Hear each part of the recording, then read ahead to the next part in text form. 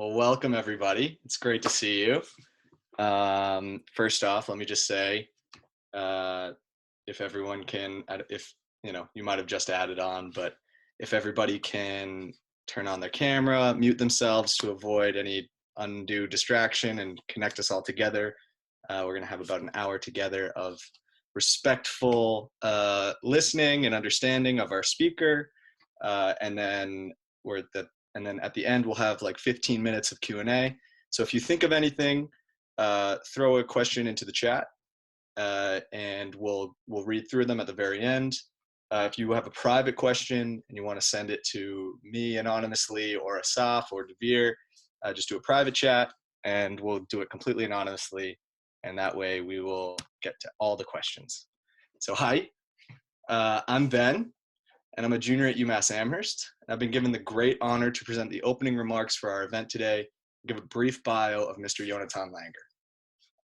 Firstly, I'd like to thank everyone for making time to be with us today. I would like to thank our sponsors, partners, and my fellow student organizers for making this event possible.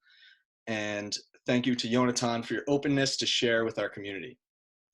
I had prepared something before, but in light of yesterday's events, I think it is best to share insights on how important this gathering of minds is. As many of you know, yesterday was Yom HaShoah, Holocaust Remembrance Day, and on this most sullen and saddening day, our own UMass Jewish community was stricken with the sad fact that most of us like to forget. Historical anti-Semitism is still alive and well. In a time where we are meant to memorialize our family lost to the evils of the past, we have a stark reminder of evil of the present. Yesterday, our Jewish community was a target of an anti-Semitic political graffiti on the face of our Hillel house. I have spoken to many who know that this is not the first such attack to our peace of mind and the unity of our community. This is why our gathering today is so important. In listening to Yonatan, I hope a lot of us can understand the basis of hate and extremism.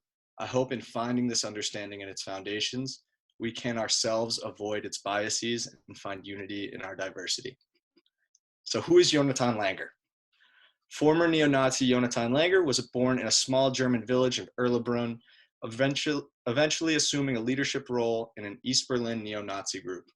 Even though he was a national karate champion and an educated professional of business administration, he realized he was unhappy.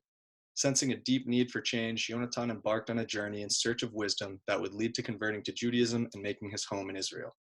A local introductory class in Kabbalah, Jewish mysticism, left Yonatan with a spark of light and a sense of connection, and he continued to take classes to enrich his spiritual awareness.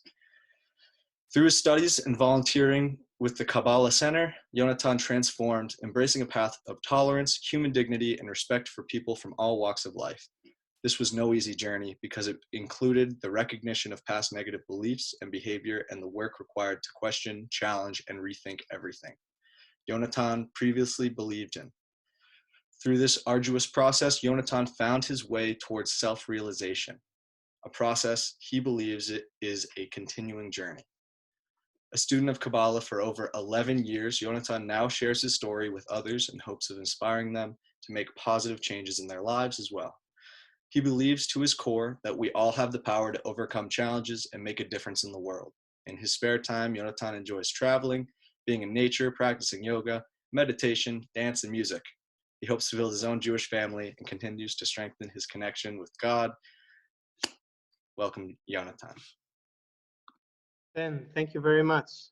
Asaf, it was Ben, it was very, very nice introduction, and I also want to use the opportunity from yesterday's event that on such a special day to have. Sorry, I need to have such an action is very sad in one way, but also gives us the opportunity to be example of love, to be example of a better human being, and also to believe in people that they can change. And I hope tonight with my journey I can help to share some insight in people's mind, and also how to overcome such hatred, and to build bridges so that we have more peace, because in the end we need more peace and more kindness in the world, and less misunderstanding and intolerance. And also, in respect of Yom HaShoah, it's a great honor for me to be able to speak now from this part of the part of the world, I can say, not so isolated, not so ignorant and intolerant as before, and now more open-minded. And for me, it's a great honor to be back at UMass, although not physically, but yes, last year I got the first time the chance to speak on your campus, and I feel it's something very special and very dear to me. So thank you very much. I also prepared like a small PowerPoint to illustrate some pictures, because maybe it's not common for all of you or many of you what it looks like to be in such a neo-Nazi group. And I'd like to begin to say that my parents like were not neo-Nazis, and so maybe you question, so how come that he became a neo-Nazi? How did it lead him to a group that is full of hatred? And this way, in my case, started with a karate club. So I was part of a karate club, and we were basically training together. I was like very young. I was 12, 13 years old when I joined the club, and all I wanted to do is to practice karate. It was my passion. I wanted to belong, and I think it wasn't so, back at this time, my life wasn't so different to any other teenager. I just wanted to belong. I wanted to have a cool group, and I wanted to have fun. And but I didn't plan to be in a neo-Nazi group, but it turned out that the friends that I bonded with in this group, and the friends that I hang out with after training and in competitions, at some point changed all my life. So one of the friends that was a bit older than me brought some neo-Nazi music, and from this point on, our group had a different bonding, because this music was illegal. This music was something special when you're a teenager and you have something that other people don't have. When you have access to people that you feel protected by because of their strength, their physical strength, maybe. It's something that made me at least special, and I didn't question it back then. And I was more proud and happy to be part of this group, and we kept listening to the music, and this led then to different other parties, meeting of other groups, and I want to share with you how this music looks like. When you can tell already from the cover of the music that this is like something that it's not nice music, pop music or anything. You see Hitler, you see the SS soldiers, and it's something that triggered in us the feeling that we can behave like the people in the time of the Nazis, that we can be physically strong, that we can be ignorant, that we can be violent, that the time of the Nazis was something that we can look up to, maybe rebuild even. And we saw the soldiers back then as strong people that didn't have any fear. And being like a teenager, I think we all had our fears back then, and we all had our problems. And I think part of also being in this group was like the idea to be strong enough to fight these fears and to fight these problems. The only issue with the music was that it encouraged fighting on the outside. It encouraged fighting the people on the outside. It encouraged to not take responsibility, and that's something that that I wasn't aware of back then. So for me, it was okay to take people down. For me, it was okay to feel superior. For me, it was okay to be ignorant and full of hatred and anger. And I didn't question it. And at some point, when we were bonding in this group more and more together, we separated ourselves also from other groups because we had this music in common. We believed in the music. We believed in the text that they were singing of throwing bombs on Israel or of glorifying the Second World War and Hitler. And we wanted to isolate ourselves to be able to listen more to it and also separate ourselves from all the people that are more soft, more democratic, more mixed up with other cultures and with foreigners back then. And so slowly we started to wear our own clothes, and we had black leather vests. We used like runes from Germanian mythology. We had the Thor's hammer that we put. We gathered many times. Part of the gathering was like normal gathering, like for parties, for birthdays even, or holidays. But it was always filled with the neo-Nazi music. It was always filled with hatred, with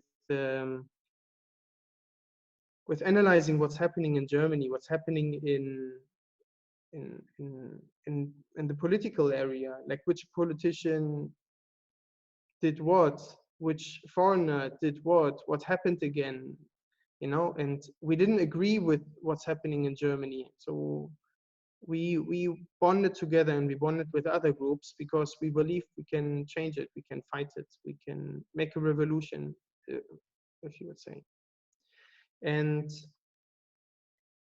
part of it was also then at some point to produce own music.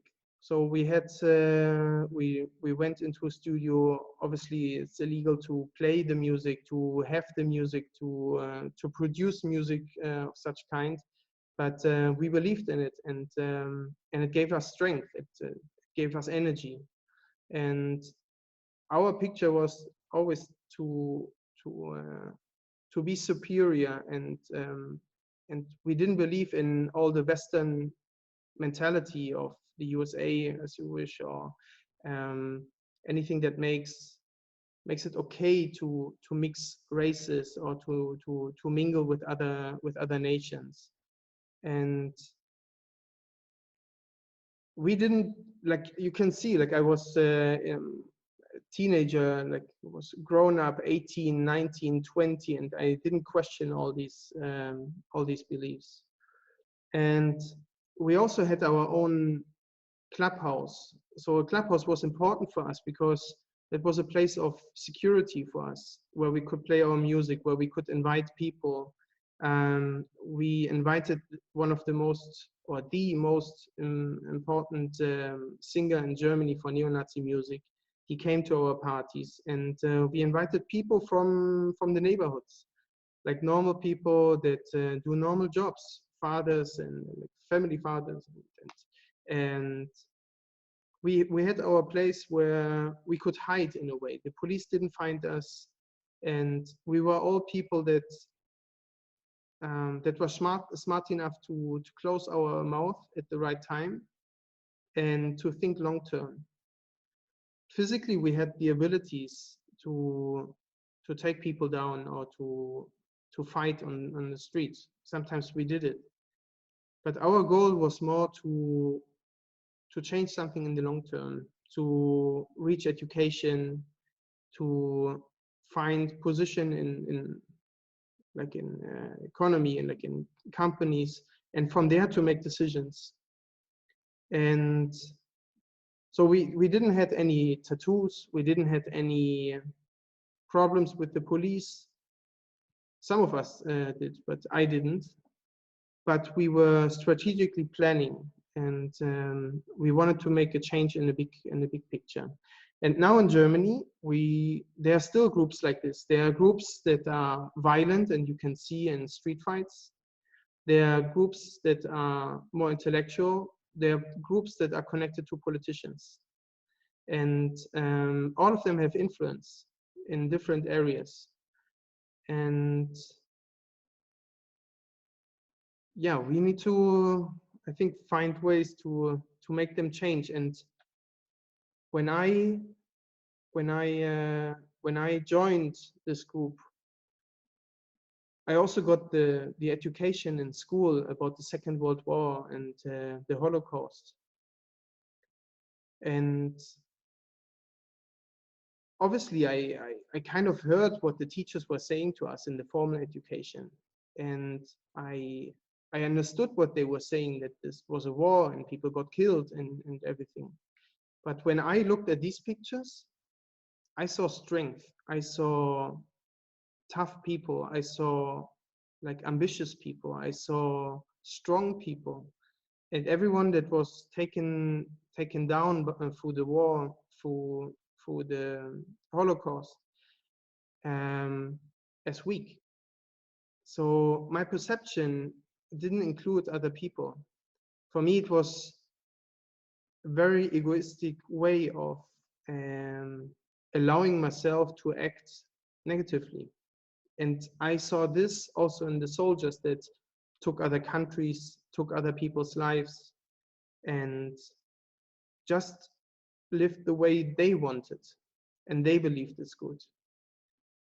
Back then, I felt like even when you look to the picture in the bottom where the store, probably of a Jewish store, was labeled, then I saw the soldiers, not soldiers, they're from the SA, as people that just doing something right because it needs to be clean, the country, and the people on the that's standing nearby as weak because they're so emotional and they're so weak. They let this happen with them. And only now I started to understand through my process that this is exactly the opposite. Back then I thought the other people were wrong. And it took the whole process of more than 10 years, I guess, to realize that I had to change something. And I tried to not deal with my inner problems and try to fix them on the outside. Regarding the Holocaust, we also had the view that the Jewish people were betraying the Germans and were like stealing money and guiding the Germans into a wrong direction. And we had a mixed view on the Holocaust. On one side, we said we thought that it was the right thing to do. It was justified because it would allow us to achieve the goal of an Aryan nation, of a clean country, as you wish. And on the other side, we thought that the numbers that were published after the war can't be right. So we denied, in a way, like that it happened in this extreme way. And on the other side, we justified that it was okay to do. And I will come back later to this topic, how I see it now. But it's still something that is very emotional now for me. I will explain it later on. So as you can see, these groups of people, like even now when I look at these pictures, it's something scary, something very violent and very reckless and ignorant. Back then, this was something that made me proud to see these strong people, but probably they are full of ego, full of problems, full of pain. And this is something that I also want to bring across, that these people, they're on the stage in their life that didn't allow them yet to evolve more. I was in this stage. I was greeting people with the known greeting. I was proud when when I hit people in competitions on the street, and it changed. I will get back later how it actually changed. But when I started my army service, in Germany, it was mandatory to go to the army. And when I joined university, when I started my university studies, I started to change my belief system. In both parts of my life, in the army and in university, I was exposed to democratic values, other people, other views. I had to adjust. I had to work together with other people. And until then, I was isolating myself. I was keeping my belief, I was keeping my ideology, but it was never really questioned by anything or anyone. I just pushed all the people away that would question it and labeled them that they're wrong, that they don't know, or that they're weak. And in university, it changed. And I was still part of. I was a leader in the group, in a neo-Nazi group. And now I started to have these doubts. But I didn't have any other friends. So I had the friends that were neo-Nazis, and I was the leader of the group. And now I started to have doubts, but I can't share it with them. I can't go to them. So guys, like, how do we do it exactly? How do we wipe out all the other people? How do we start the war? How do we expand the country? How do we want to do that? I had to keep it all to myself. And this inner conflict, this inner battle, like I think made me search for answers. Like I wanted to find answers. Like how do I deal now with life? Why these people are happy, and I believe in this thing so strongly, and I'm not happy, and I didn't believe it. I didn't know what to do until I started to read some spiritual books. Like you probably know Eckhart Tolle, Living in Now, The Power of Now, or like I came across Conversations with God, and I attended some lectures because out of a sudden I started to have questions about life and questions about like why I'm so sad, why I'm not happy, why are these things in my life? But it never really gave me answers like in depth, because until then I believed in hatred and anger as values. So I can't just wipe it out with some light things, you know. It needs something deeper, it needs something stronger. So I started to have a bigger desire and was keep on looking and looking and looking, and I was never happy what I found until I had a dream when I dreamt about going, like flying to a cave, and in this cave I rested. So I kind of was excited about the fact that it's mysticism, because like I had back then so many questions that I needed a lot of answers, and I needed like a system to understand more about all these questions that I had. And mysticism like got me interested that it's something like deep and like where I can grow my understanding. But it was Jewish mysticism. So back then I signed up for the free introductory lecture at the Kabbalah Center in Berlin, to wait 2 months until the next appointment was. But I was still in this neo-Nazi group. So I had on one side my neo-Nazi friends that I was still meeting. I was in the end of my studies. I had this like new thing coming up, the mysticism, like the studies about myself. So I was like a leader in a neo-Nazi group, was educated, but what was missing was the heart, the kindness in a way. So I had a lot of strength. I was multiple national champion. I was like one of the people in our group that could act when it's needed. And now I need to learn something completely different. And in the introductory lecture, when I went there, it was in an old Jewish neighborhood in Berlin with one of the biggest Jewish schools opposite the street, in a Jewish cemetery opposite the street. And then there was this Jewish teacher. And when I came there with my hatred and with my anger, I came to a group that I hated the most.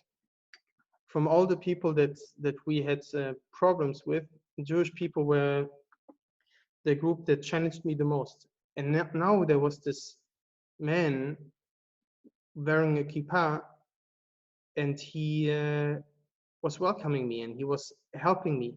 He was embracing me. He was like teaching me. And in the first introductory lecture, out of a sudden, he started to tell me things about life that was very helpful for me. So he started to teach me like how we should act, like that we should reach out to other people, that we should share with other people, that we need to listen to other people, that we need to believe in the light of other people, that we need to work together, that also that the separation is not something that we should force, but more the unity. And this like created a conflict in me, that on one side I liked what he was telling me, and also like I understood that it will bring positivity and blessings and like connection to my soul and to my life, and more to the light and more something light and something happy. On the other hand, like I had this strong belief that I did not want to give in to this path and to what I was learning. And I hated it when I got told like what I need to overcome. And then, but I still signed up because it was a point in my life where I just wanted to make something change in my life, and take responsibility and not run away and blame anyone.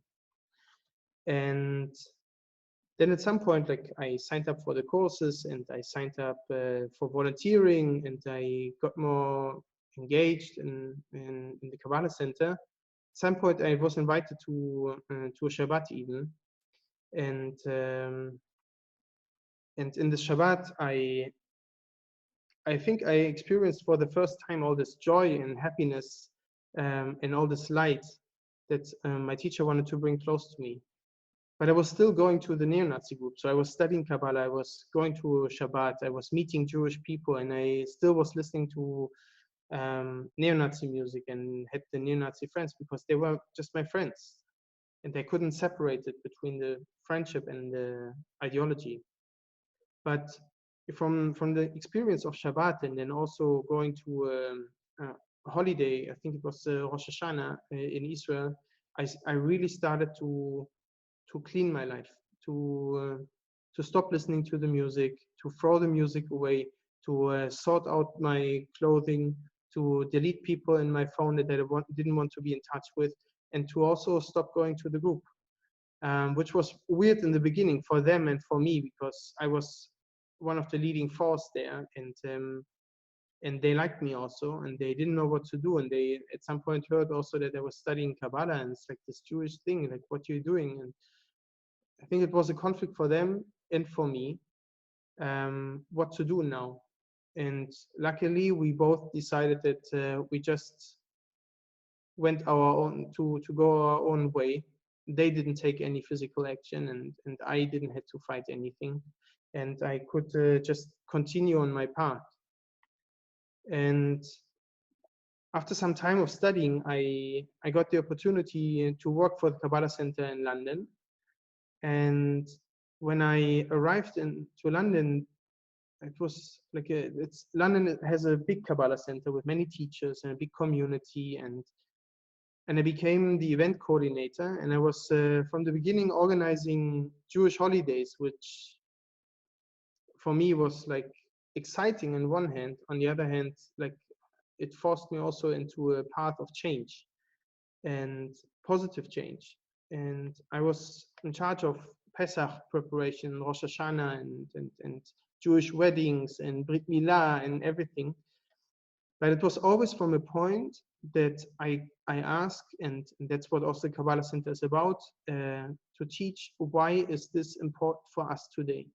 Not from a point of tradition, not from a point of memory, but from a point of how can this special light of Pesach free us from some limitation from Egypt, from a limitation point, or how can we plant a new seed in Rosh Hashanah? And because of this, I just got excited to change more and to do more, and that's why I started my conversion process. But I started the conversion process in London, but life brought me back to Berlin, where I now arrived with my decision to convert. I already did some preparation.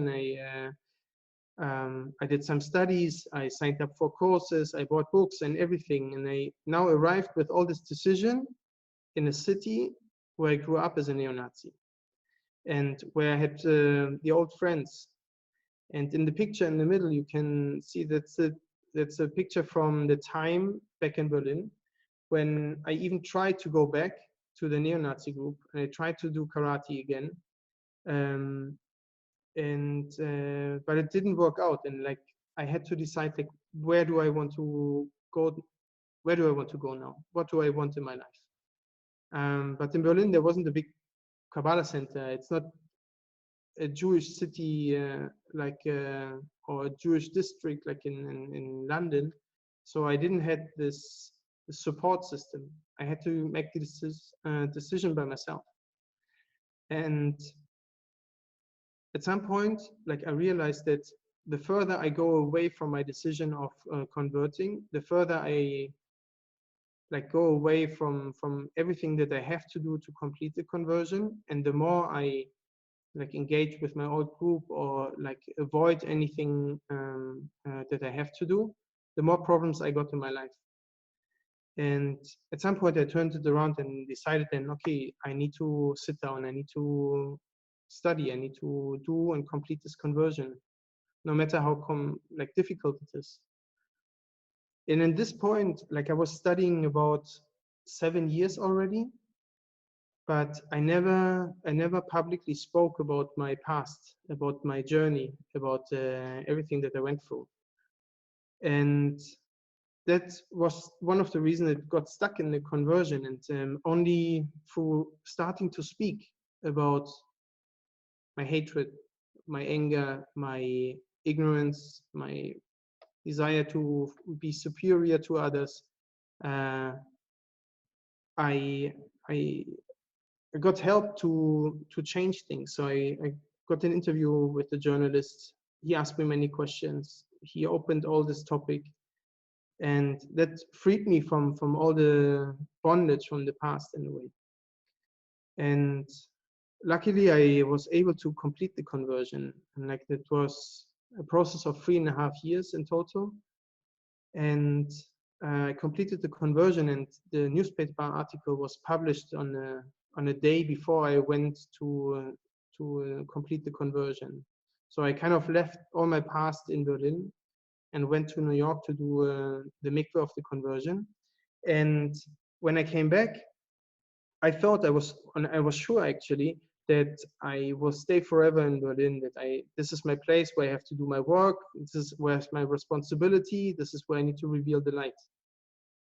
But it was only until one point when I went to Israel for the high holidays, and when I came back and I realized that I need to go to Israel now. I need to connect to Israel. But I didn't allow myself to do the step, because in a way I felt guilty and also my responsibility in Berlin.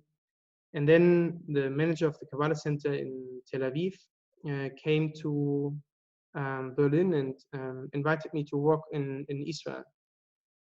And from this point on, like I just jumped on this train and went to Israel. And now for about like more than a year, I'm praying, connecting in Israel, working in Israel, opening up, connecting more to my Jewish part, um, learning the society, learning the conflicts here, but receiving a lot of support and and I'm feeling welcomed, although I have this past. And yesterday it was the second Yom HaShoah that I was able to do in Israel, and also I was able to speak with other people. And this year I was invited to a young Arab Israeli group who was learning about the Holocaust and remembering it, because it's not part of their education so much. They don't go to Yad Vashem, they don't get to visit concentration camps, but there's a leader, a Sephardat, that is initiating changes in the Arab society, and he wanted to bring them closer. What does it mean, the Holocaust, for the Jewish people? And I think it's very important, because when I look back to my past, because of my ignorance and intolerance, I closed my life and my opportunities. And because of the process that I went through, I was able to go through, because of all the love that I received and all the education and patience, I was able to transform it. So I wasn't judged for the negative consciousness of separation and how dare you can judge someone like this or speak to someone like this. Like whenever I did negative actions, there was always this kindness in explaining, okay, like what is a positive consciousness? Like how can you transform that? And to increase my understanding that the actions that I do, they are causing problems for me and for the people around me, so that I have a desire to change something. And this is something that I appreciate, and that's why I believe in, even in like hurtful situations like yesterday, what happened in UMass with the graffiti. I understand that it's painful, and I understand that it's an action that on this day is absolutely not acceptable. Um, and in the same time, it requires more actions of love and understanding, and to believe that even the person that did that, he was also created by the creator. Maybe he chose something negative in his actions, and maybe he's in a point in his life where he is not able to understand the effect of his actions and what it means to other people and how hurtful it is. But even this person will and can change, and what he probably needs more is this understanding and love. That's what I received when I got the chance to change, and for me it worked. So I wasn't able to change when people closed down on me or trying to fight me, or even to like set boundaries so much. But when they gave me space, and when they taught me and embraced me in a way. So I hope that that we all do more our actions, especially when we are hurt, when it's unfair, when it's yeah, when it's difficult, that we take there the actions and find the spot in ourselves that has so much light, and share this light, because this light has the ability to change the darkness in someone else. And yeah, I hope something positive will come out from this, and that you got some inspiration or some insight that you didn't have before. And I'm happy to answer any questions that you have, and I want to thank you again for the opportunity and for your time for listening. Thank you.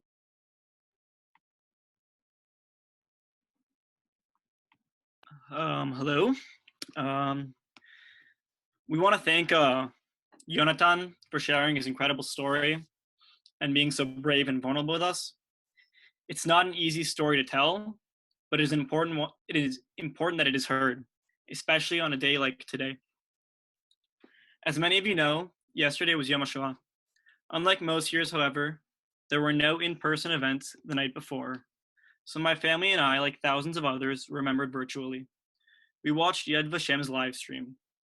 Despite Jerusalem being thousands of miles away, in a different country, the event as a whole struck a familiar chord. We remember, and we will never forget. We remember the 6 million Jewish lives lost, and we will remember the next year, and the year after, and the year after. We are gathered today to reaffirm this sentiment. We remember so that when we see swastikas drawn in the Fine Arts Center of our campus, we know what it means.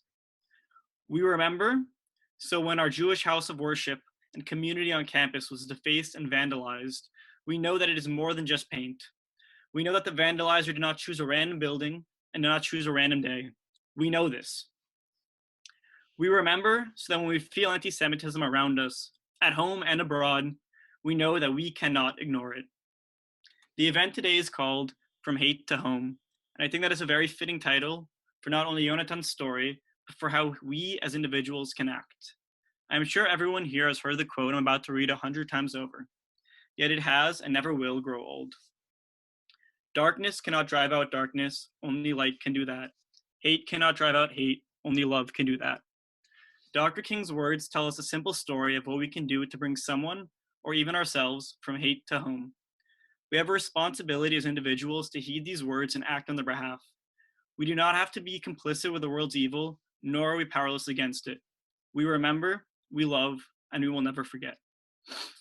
Thank you all for coming, and before we get to questions, I want to quickly mention that after this event at 6:30, Hillel will be hosting an online gathering of UMass students to talk about the graffiti yesterday. I'll be posting the link in the chat shortly. And the way the questions are going to work is I'm going to moderate them, and I will be taking questions from the chat. So all the ones that have already been written, I'll be reading those out as we go. And for more questions, put them down in the chat right now. To get there, it's at the bottom of the Zoom window, in the middle-ish, and it says chat. So without further ado, the first question, and probably the most common one that I see in the chat, is whether your parents knew about your involvement in neo-Nazi groups and what they thought about it. Yeah, thank you. My parents only got to know about my past, or like in deeper insight, after like it was about 3 years ago. So before I moved out from living at home when I was about 17, and I was hiding this part from my parents, and we didn't have this relationship that we would talk about these emotions and these belief systems. I think I was ashamed a bit about it, or I was proud. No, back then I was more proud about it, and I felt that I couldn't talk with my parents. So I only opened up when during my conversion process, and when I got this pressure to speak about my past and to admit it. Before I was like kind of playing around it. I was saying like it was a right-wing group, like we were like, no, we were like serious people, and I didn't admit it before, so they didn't know. Now they're very happy that I converted. They understand my motivation better, and they came to visit Israel also, and they're very supportive. They're adjusting, they're respecting my path, and they love me. They call me still Lutz though. Along those same lines, Divyansi Pandey asks what your parents thought about you converting to Judaism, like specifically. If they were taught? No, what they thought about you What they converting to thought. Judaism. In the beginning, it was scary for them. When I called them to tell them that I want to do the conversion, one of the first things I did during the conversion process was the Brit Milah. And I asked them for the money for the Brit Milah. And it was something that they didn't understand, like, what do you want to do? But back then they also didn't understand like what it means that we won't be able to speak on the phone on Shabbat, or when my mother has a 60th birthday on Shabbat, that I won't be coming unless I was spent the Shabbat in the house, and then I'm not connecting to any electricity and things like this. So they didn't see that. They never met Jewish people, I think, before also. So they didn't know much about it.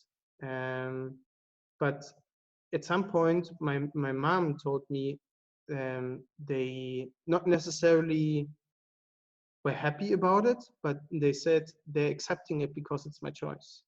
And they love me regardless. And so in the beginning, it wasn't clear. Back then, I didn't tell them about my past. Now, with the full picture of my past and this conversion, it makes sense to them, and they see the changes and they see the development, and they're happy about it. We have a much better relationship now. Another question that's very common in the chat is whether what happened to your friends in the neo-Nazi groups. Are you still in touch with them? Have their beliefs changed? And so on. Yeah. One of the members that left before me, I got in touch with him, but he left the group as well, and he was brought to Nigeria for work, and he fell in love to a Nigerian woman, and he has 2 children with her, and he actually lives now back in Berlin, and this woman changed his life because before he wasn't a spiritual person. He was more like a party person and like connected to drugs even. And he was a troublemaker. He even brought the music back then. And now he took a spiritual life. And he also started to study Kabbalah. And he is like someone that is working on himself, taking responsibility. And so I'm in touch with him. With all the others, I'm not in touch. I don't want to be in touch. I don't have any desire to be in touch with them. I know that some of them changed. I'm not sure about how much, but they are now having families. They are having children, but they're still like way more unsolved than in the path of my friends and mine.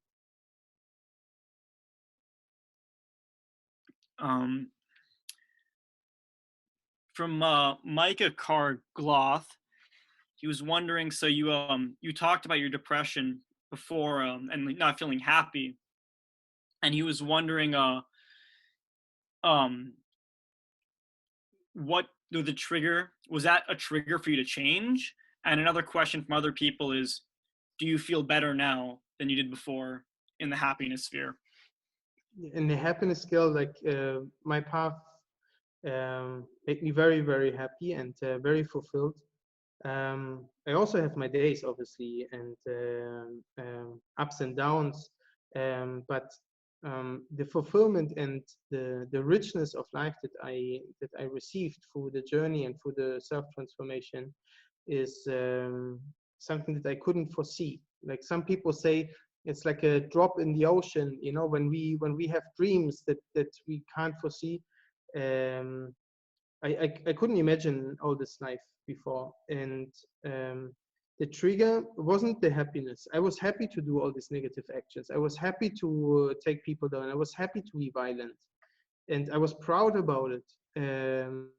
But at some point, like another voice inside of me was questioning some stuff and like was looking for answers and also wanted to come out. But I didn't understand this voice, and I didn't know how to work with this voice, and I didn't understand it, and I wasn't used to it. And this curiosity, like, what is this thing that is so silent, but you know, that I don't know, like, how do I follow this voice? that was more the trigger, not the happiness, the unhappiness or the depression.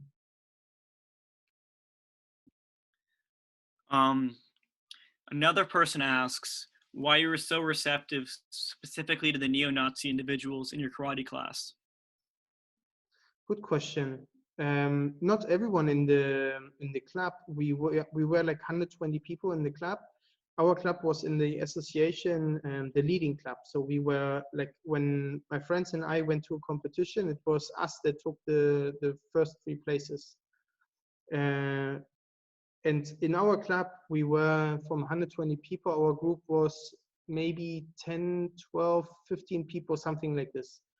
The others, they were not neo-Nazis. They maybe admired our strength and our abilities in karate, and also maybe wanted to belong, but they choose not to listen to the music. They choose not to be part of this.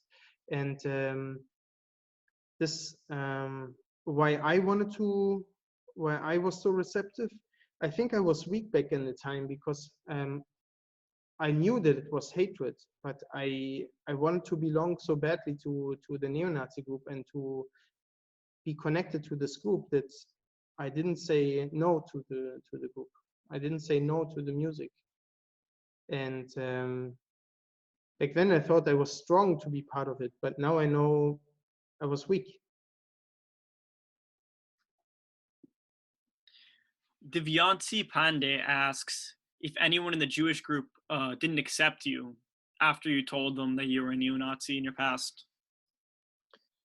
No, not in the Kabbalah Center, and in Israel also not. Like in Israel, barely. But it's more that my story, or like I had several meetings, especially in Zikaron Basalon in Berlin when I was already Jewish, where people didn't know what to think, because on one hand they didn't like my past, and I triggered some old memories and painful feelings. In the other hand, like they felt that I belong and that I'm part. So it was confusing for them. When I came to Israel, Channel Khan, which is one of the major channels in TV, showed 2 articles about myself, and there were several interviews. And the feedback on Facebook and YouTube was mainly positive, 95% positive. But in some cases, it was also like very negative.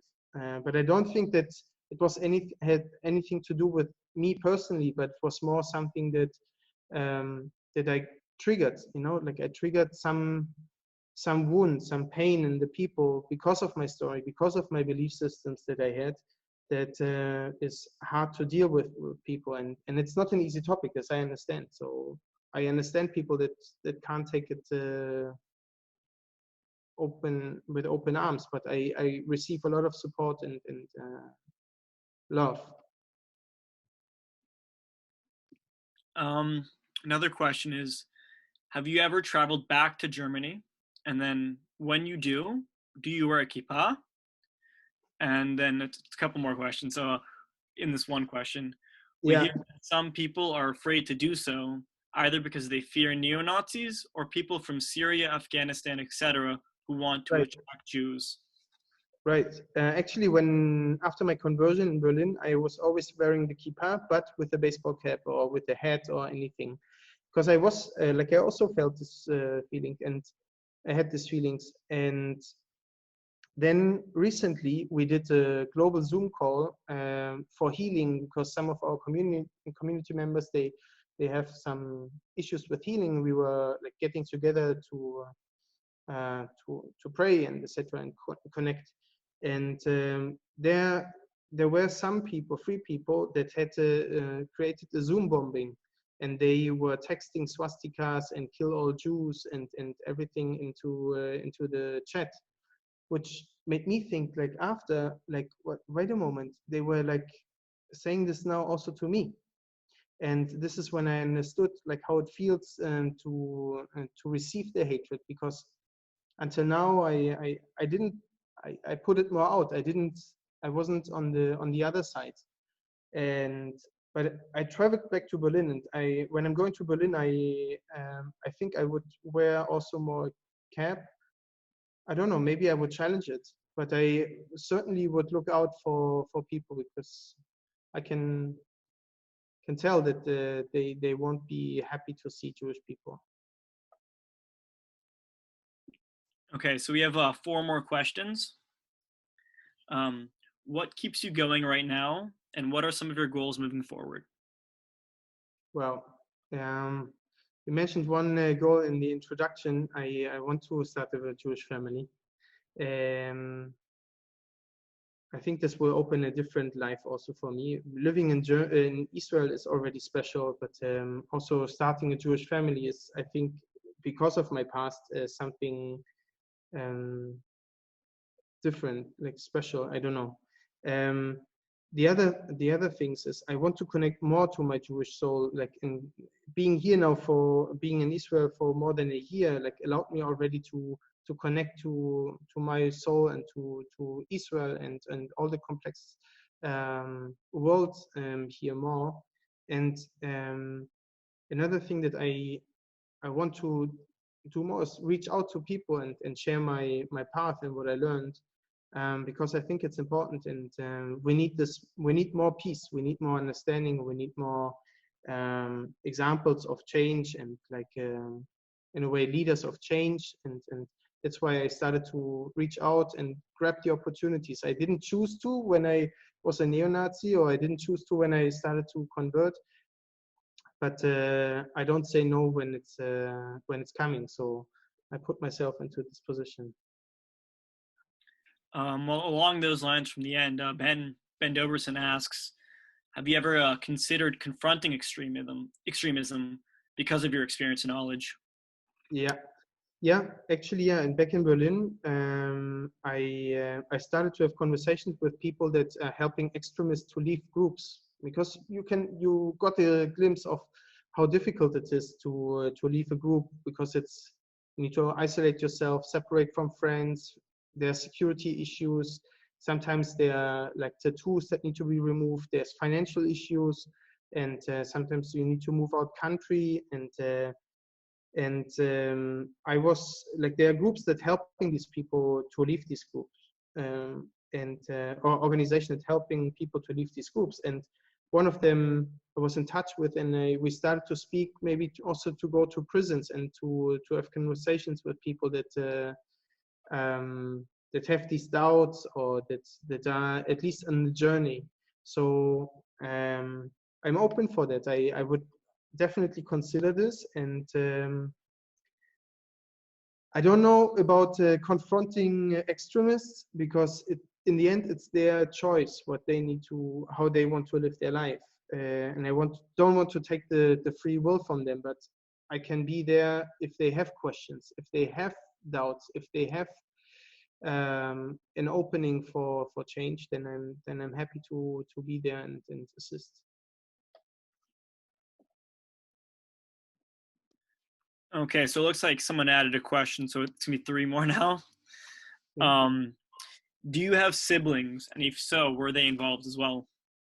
Yeah, I have a younger brother. He lives in Berlin, and he was in the group as well, but he didn't do karate. He joined more because of me. So he wanted to be close, hang out together, and being part of this group. So he also left, and he wasn't so deeply involved as I. Richard Aaron Rosenthal wants you to talk a little bit about Jewish mysticism and how you engage with it. Yeah, well, I think it's a daily work, because every day we can discover something about ourselves that needs changing, or that we want to connect more to. And so learning about consciousness, and not just connecting to tradition or to rituals, helps me to strengthen and to deepen my connection. So each week, like to really understand what is the lesson that we can learn now, and what does it mean in my life, and which opportunities I can take to become a better person. Not just to accept that I'm Jewish and now I keep the holidays, but to work on myself constantly, especially now in the challenging time of the Oma, where we get constantly challenges, where our consciousness is challenged and wants to be reawakened. And there, the power of consciousness to choose differently in a challenging situation allows us to connect to light. It's not logical, it's sometimes not fair, but it's something that helps us to connect. And in the end, we want the light, and we don't want to be right. We want the light, and when we have the light, we have the fulfillment. That's what I'm studying and connecting to. I guess I didn't read the question specifically enough. He also wanted you to briefly talk about the 72 names of God. Yeah, so the names of God, like, are tools to overcome challenges in our life. They're mentioned in the Bible, they're mentioned in the Torah, at the point before crossing the Red Sea. And when the Jewish people had the army behind them and the sea in front of them, and they were crying out to the Creator, please help us. And the Creator said, no, like, why are you crying out to me? Because in this passage it's written that all the tools and all the energy is already given. So we have all the opportunity, we have all the tools, everything that we need to change, we already have. And we can make all the changes that we have to do. We don't need to cry out.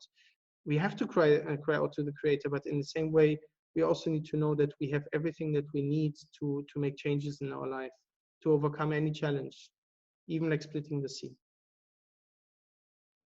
Okay, so for the final question, I think this one's very poignant and maybe even central. He asks, how should Jewish people, and I think we could expand this more broadly to anyone, respond to and interact with people with extremist and opposite views? That's a very good question. And I think for sure one part need to be clear that security is even protecting ourselves is very important in this point, so that we know that there need to be boundaries, there need to be self-protection and anything. But in the same time, like Rav Ashlag says, like, if we can see people as not ripe fruits, and comparing not ripe fruit as bitter, as not sweet yet, maybe it helps us to see the light in these people, even though they do negative actions. So maybe it's easier for us then to understand that a person is in an evolving process, in a learning process, in a ripening process. And once we understand that, then maybe we can also restrict our behavior, restrict our immediate reaction to someone's action or situation, so that we are not reactive to the situation or to the person, but that we are resisting, and we know that the light of the Creator will make changes, and that also this person with the negative action can change. So in essence, that we treat these people with love, even though we want to react to the person or the situation. I think that's the perfect place to leave it off at. And I want to say thank you so much, Yonatan, for sharing your story with us, for answering our question. I know for me it was very informative and quite touching. And I would say thank you for everyone that came to watch and join us today. It's a very important thing to do, and I think Thank you. Really well. Thank you. Thank you very much. Thank you. Thank you, everyone.